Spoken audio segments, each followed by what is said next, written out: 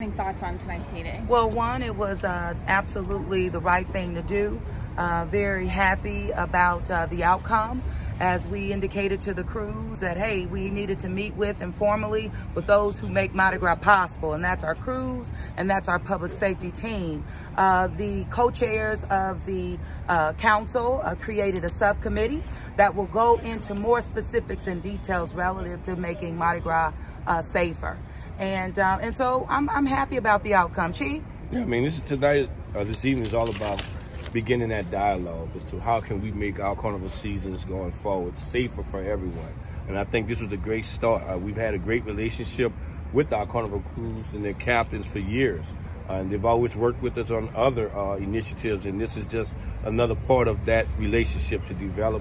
How can we make our city safer for everyone? Yeah, no one disputed that. No one disputed that. We're all on the same page with it and trying to work collaboratively to get to some end results. And we expect for that to be completed by May 1, because as always, after Carnival season, after Ash Wednesday, the start of planning for the next year happens. And so this is a step in the right direction. And I'm just, again, thankful for our crew's participation, normally right after they're on vacation.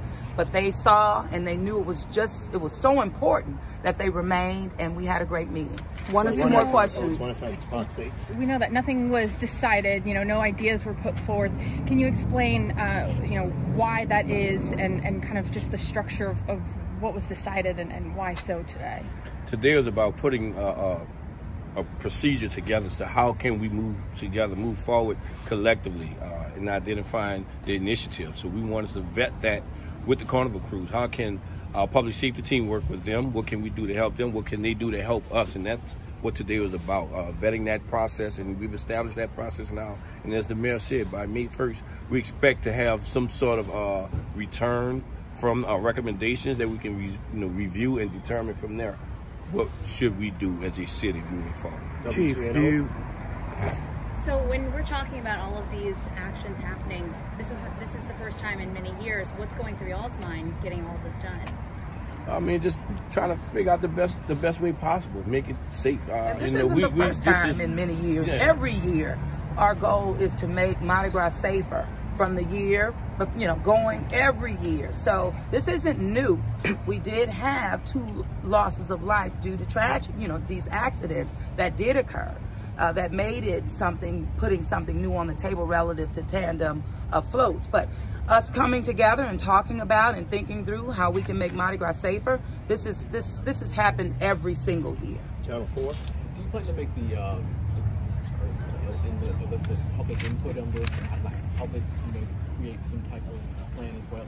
Right now, I'm allowing the subcommittee to do their review and their recommendations, and we're going to see where we can go from there. But I'm sure the captains of these various crews are of the public, so I'm sure they will be receiving recommendations from various individuals or businesses as to how can they help the carnival crews, who can in turn help us make it safer for everyone. So everyone will be involved in some sort of fashion. Right, and we can't overlook the intentionality of including the New Orleans City Council, bringing them to the table, who would be the ultimate body in terms of a public facing that could even review not only the recommendations, but not everything we expect to require an amendment to an ordinance, for example. Some could be policy changes that the administration can make on its own. However, the engagement of the public, I see that coming through the New Orleans City Council.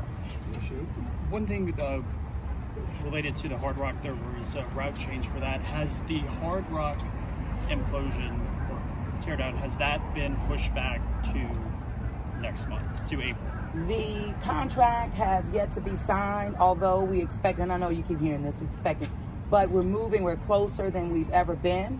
As of today, it was in the Risk Management Office of the state of Louisiana, meaning the governor's office. Remember, we needed the governor to grant immunity. And so we've worked through those kinks. We do expect Penn to hit that paper real soon. And with the prolonged, timeline in terms of getting the contract signed, absolutely it's had an impact on the timeline for controlled demolition. However, it's still within that range that gives me great comfort and knowing that it will be that March, April. So we're still in that frame that we started with. So March, April, it means that it could be then in April. Then. It could be, absolutely. And so once the contract is signed and finalized, we will have an official not only press briefing, but you will also be able to hear from the contractors directly who will be managing the controlled demolition. Advocate. Last question.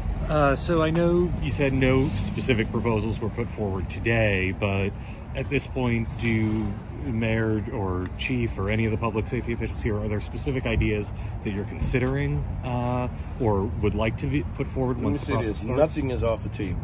We want to review every recommendation that the Carnival Krewes, as well as the public and our public safety team have to offer.